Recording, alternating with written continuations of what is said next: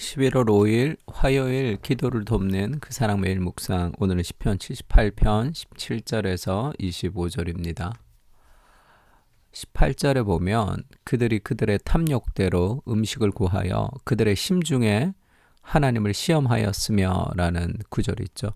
그들의 심중에 하나님을 시험하였으며, 그러니까 이스라엘 광야에서 하나님을 시험했던 그것을 시편에서 지금 고백하고 있습니다. 그래서 심중에 하나님을 시험하였으며 라는 제목으로 말씀을 좀 나누려고 합니다. 17절에 보면 그들은 계속해서 하나님께 범죄했다. 그 메마른 땅에서 지존자를 배반하였다. 그들이 그들의 탐욕대로 음식을 구하여 그들의 심중에 하나님을 시험하였으며, 그들의 하나님을 시험했던 이유가 뭐냐 하면 그들의 욕구가 해소되지 않았기 때문이죠. 이 탐욕이라고 얘기합니다. 내가 원하는 대로, 내 마음대로, 내가 하고 싶은 대로 하나님을 조정하려고 했던 그것이 하나님을 하나님으로 생각하지 않고 자신들이 하나님의 자리에서 하나님을 유용하게 사용하려고 한 거죠. 그래서 나에게 좋을 때는 하나님이 참 좋으신 분이지만 내 생각대로 되지 않을 때는 이제 마치 개의 목줄을 끌듯이 하나님을 이제 마음대로 하고 싶은 그런 본성이 인간의 타락한 본성 안에 있습니다. 가장 깊은 인간의 본성이라는 것은 내가 하나님이 되고 싶은 거죠. 그뿐 아니라 하나님을 대적하여 말하기를, 그리고 이제 그 탐욕으로 하나님을 시험했고 그 뜻대로 되지 않으니까 이제 하나님을 향해서 이제 굉장히 분노하는 거죠. 하나님이 광야에서 식탁을 베푸실 수 있으랴. 보라, 그가 반석을 쳐서 물을 내시니 시내가 넘쳤으나 그가 능히 떡도 주시며 자기 백성을 위하여 고기도 예비하시라 하였도다. 하나님이 광야에서 식탁을 베풀 수 없다. 그리고 이제 물을 먹으면 이제 떡과 고기를 예비할 수 없다. 그러니까 지금 인간의 탐욕이라는 것은 채워도 채울 수 없는, 그 누구도 채울 수 없는 그것을 이제 하나님께 계속 요구하는 거죠. 출애굽을 했지만 우리에게는 더 많은 증거가 필요합니다. 지금 그 얘기를 하고 있는 거예요. 이것도 해주세요. 저것도 해주세요. 그것을 해주지 않으면 하나님은 하나님이 아니십니다. 라고 얘기하는 거죠. 사랑이라는 것은 희생하는 겁니다. 희생하는 만큼 사랑하는 거예요. 그러니까 하나님을 위해서 내가 이런 손해 저런 손해, 하나님을 위해서 내가 이런 불편함, 내가 저런 불편함, 그것을 겪고 싶어 하지 않는 그런 세대, 그런 시대가 되었는데, 그것은 내가 하나님을 이용하는 대상이 되고 하나님을 섬기고 하나님을 예배하는 대상으로 생각하지 않는 거죠. 인간의 본성 안에는 내가 하나님이 되고 싶어하는 삶의 본성이 있습니다. 그 탐욕이 나를 이끌어가서는 안 돼요. 나의 욕구가 나를 이끌어가서는 안 됩니다. 진리가 나를 이끌어가야 돼요. 그래서 더 많은 증거를 요구하는 그것을, 그 이스라엘의 광야의 모습을 시편에서 기록합니다. 왜 기록할까요? 그 모습을 보고 우리가 그렇게 하고 싶은 본성이 우리 안에 있다는 것을 알게 해주는 것이고, 하나님을 하나님으로 대우하라, 그렇게 이제 얘기하고 있습니다.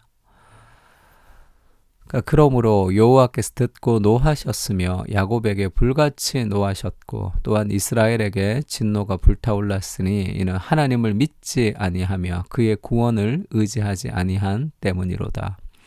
결국 그들이 그 탐욕을 가지고 하나님에 대해서 이렇게 저렇게 하나님을 조종하려고 했던 모든 시도는 하나님을 의지하지 않은 거죠. 하나님을 신뢰하지 않는 겁니다.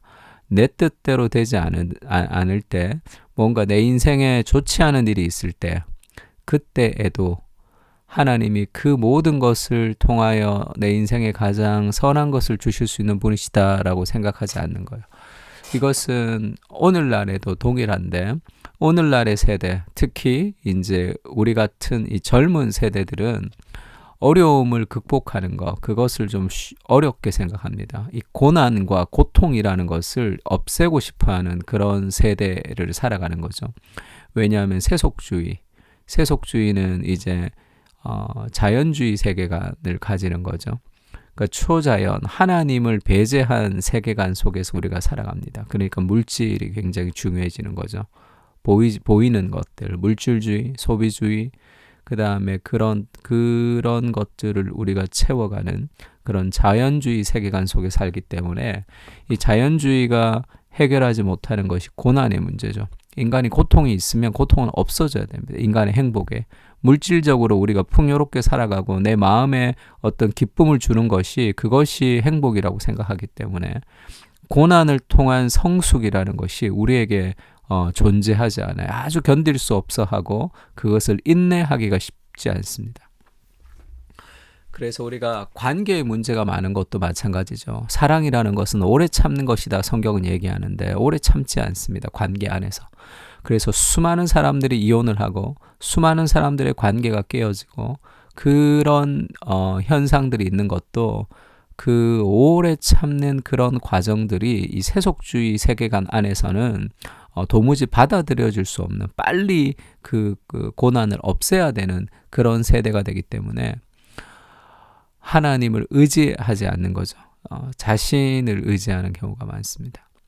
그러나 그가 위의 궁창을 명령하시며 하늘의 문을 여시고 그들에게 만나를 비같이 내려 먹이시며 하늘 양식을 그들에게 주셨나니 사람이 힘센 자의 떡을 먹었으며 그가 음식을 그들에게 충족히 주셨도다.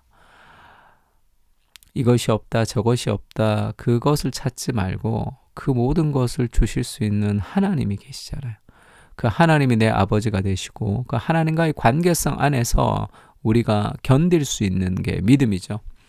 하나님이 우리에게 믿음을 주신다고 할 때 내가 이해되지 않아도 내가 믿어지지 않아도 하나님을 신뢰할 때 우리가 한 걸음씩 걸어갈 수 있습니다. 그게 믿음이죠. 모든 것을 다 가르쳐주지 않지만 모든 것을 다 알 수 없지만 내가 하나님이 아닌데 어떻게 다 알 수 있습니까? 몰라도 그리스도의 십자가 그 하나님이 우리를 구원하셨던 그 구원의 은혜를 믿고 가는 거죠. 여기서 광야에서 죽이실 거면 광야에서 나를 고생시키실 거면 왜 출애굽을 했겠어요? 왜 출애굽을 하셨겠습니까? 그래서 당장 내 눈앞에 있는 무엇이 아니라 그 하나님을 향한 신뢰, 그것이 믿음 필요합니다.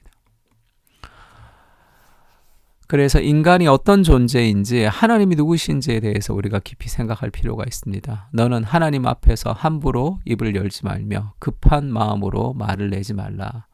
하나님은 하늘에 계시고 너는 땅에 있음이니라. 그런즉 마땅히 말을 적게 할 것이라. 하나님은 하늘에 계시고 나는 땅에 있는 존재라는 것을 알아야 돼요.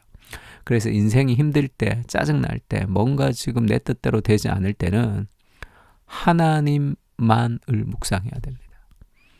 자기 생각을 자꾸 하니까 이게 말리는 거예요. 생각이 계속 말립니다. 그러니까 자기에 대한 생각을 덜 하고 하나님에 대한 생각을 많이 하면 할수록 내 문제에서 벗어날 수 있어. 하나님이 누구신지를 자꾸 묵상하며 그 하나님이 나를 사랑하신다는 그 하나님을 자꾸 생각할 때 내 삶의 문제로부터 우리가 환기가 되고 벗어날 수 있습니다. 자꾸 자기를 생각하고 묵상을 하게 되면 계속 미로처럼 뺑뺑 돌게 돼요. 하나님은 우리의 체질을 아시며 우리가 단지 먼지뿐임을 기억하심이라. 그래서 우리를 용서해 주시기도 하고 우리를 불쌍히 여기시죠. 우리가 먼지인 존재, 흙에서 나온 티끌 같은 존재인 것을 기억해야 돼요. 대단한 존재가 아니라. 야고보서도 이렇게 얘기하죠. 들으라 너희 중에 말하기를 오늘이나 내일이나 우리가 어떤 도시에 가서 거기서 1년을 머물며 장사하여 이익을 보리라 하는 자들아. 내일 일을 너희가 알지 못하는도다. 너희 생명이 무엇이냐? 너희는 잠깐 보이다가 없어지는 안개니라. 내일의 일을 알 수 없죠. 우리가 오늘 죽을 수도 있습니다. 하나님 내 생명을 걷어가시면 우리가 잤다가 일어나지 못하는 것이 인생입니다. 우리가 눈을 뜨면 하나님이 새로운 생명을 주신 거예요. 잠깐 보이다 없어지는 안개 같은 인생에서 하루하루 하나님의 말씀을 순종하고 살아가는 것이 우리가 해야 될 일이라고 말하고 있습니다. 그런즉 선줄로 생각하는 자는 넘어질까 조심하라. 교만하면 넘어지는 거죠. 내가 주인이 될 때. 사람이 감당할 시험 밖에는 너에게 다한 것이 없다. 왜냐하면 하나님이 미쁘시기 때문이죠. 하나님이 미쁘셔서 우리가 감당치 못할 시험을 허락하지 않으시는 분이신 것을 믿어야 돼요. 그때 어려움을 이길 수 있습니다. 하나님이 반드시 피할 길을 내서 너희로 감당하신다. 하나님을 향한 신뢰가 우리의 어려움을 이기는 거죠. 그러면서 계속 바울이 이 앞에 어떤 얘기를 하냐면 이스라엘의 멸망을 얘기합니다. 그리고 6절에 보면 이러한 일은 우리의 본보기가 되어서 우리로 하여금 그들의 악을 즐겨한 것 같이 즐겨하는 자가 되지 않게 하려 함이라. 이스라엘의 실패를 통해서 그것이 인간의 본성 안에 있는 거죠. 패턴은 다르지만 동일합니다. 그 본성이. 우리가 그렇게 하지 않기를 원해서 그것이 기록되어 있다는 거예요. 그들 가운데 어떤 사람들과 같이 너희는 우상 숭배하는 자가 되지 말라. 기록된 바 백성이 앉아서 먹고 마시며 일어나 뛰논다 함과 같으니라.